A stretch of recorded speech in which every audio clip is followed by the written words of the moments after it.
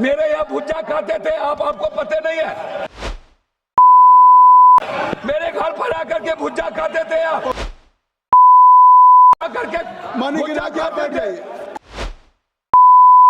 चुप रही। मानी के राज आप बैठ आए कब?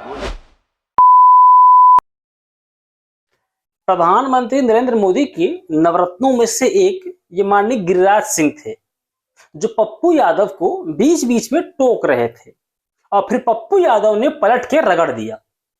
और जब रगड़ दिया तो दांत चियारने लगे। जब पीठासीन महोदय थे जगदंबिका पाल साहब, उनका भी समर्थन नहीं मिला तो गिरिराज सिंह चुपचाप शांतिपूर्वक फिर बैठ गए। नहीं, वही तो मैंने कहा। मेरे घर पर आप आकर के मानी के राज आप बैठ जाइए।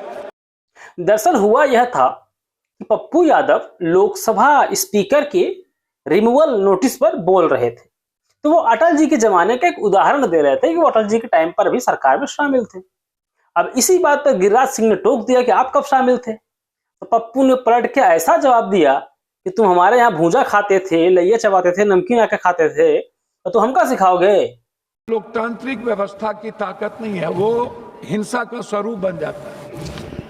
हम अटल जी के साथ भी काम किए और उनके मंत्रिमंडल में भी थे। चंद्रशेखर जी, मुलायम सिंह यादव जी, और जो अभी हमारे एक मित्र कह रहे थे बीजू दादा के साथ भी हमने संसदीय जीवन का निर्वहन किया। हम अटल जी के गवर्नमेंट में भी थे। हमें याद है अटल जी की एक एक शब्द को, अडवाणी जी के एक एक शब्द को।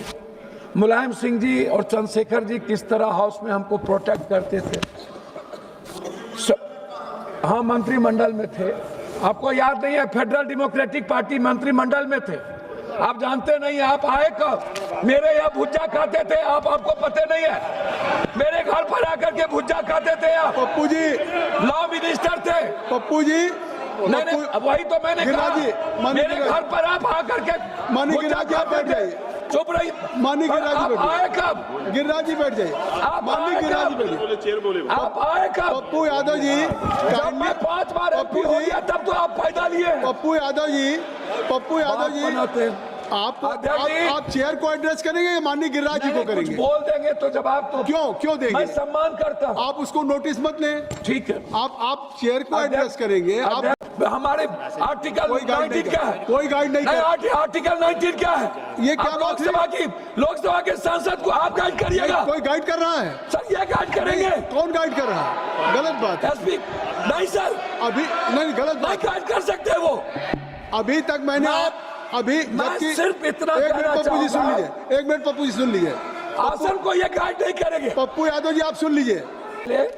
एक आग्रह करूंगा कि महोदय, 7 बार संसदीय जीवन में होने के बाद हमारे अनुराग जी कह रहे थे, एक बार इन लोगों को बोलिए पार्टी से अलग इंडिपेंडेंट चुनाव लड़े। आप कहें ये बात अच्छा लगेगा हमको। आप अनुराग की बात छोड़िए। और एक आग्रह है, मैं मानता हूं इन्होंने चैलेंज करता हूं और इन्होंने कहा मेरे बेटे के बारे में, मेरा बेटा आईपीएल खेल रहा है। इससे मतलब इनको नहीं। मैं बता दूं, अब ये किसी के कृपा कोई में बात नहीं हुई है चर्चा किया। इस प्रस्ताव उन्होंने दूसरी चर्चा किया। इनके प्रेम अध्यक्ष महोदय, दूसरी चर्चा उन्होंने मेरे बारे में यह किया। वो नहीं, मैं लास्ट और करता अवसर हूं। मिलेगा, और अवसर मिलेगा जब ये बात आप कहिएगा। आपको अभी डिमांड फॉर ग्रांट्स पे अवसर मिलेगा। क्रिकेट खेलने की बात यहाँ क्या करना? बस यही बात थी। और इसी बात पे पप्पू यादव ऐसे भड़के कि गिरिराज सिंह की घिघी बन गई। और इसी बात पर पप्पू यादव ऐसे भड़के कि गिरिराज सिंह की बोलती बंद हो गई।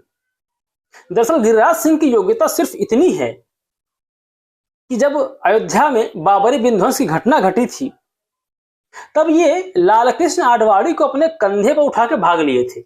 मतलब उनको बचा लिए थे, उनको सुरक्षा कर लिए थे, और उसी की ये अभी तक खा रहे हैं। बस इसके अलावा इनकी कोई काबिलियत नहीं है। इनके पास एक काम और भी है जो प्रधानमंत्री जी ने सौंप रखा है इनको। किसी को पाकिस्तानी घोषित कर दो, किसी को देश विरोधी घोषित कर दो, किसी को सनातनी विरोधी घोषित कर दो, कौन हिंदू है कौन हिंदू नहीं है, ये सब कुछ काम देखते हैं। जो इनको संवैधानिक जिम्मेदारी सौंपी गई है उसके अतिरिक्त ये सारे काम करते हैं।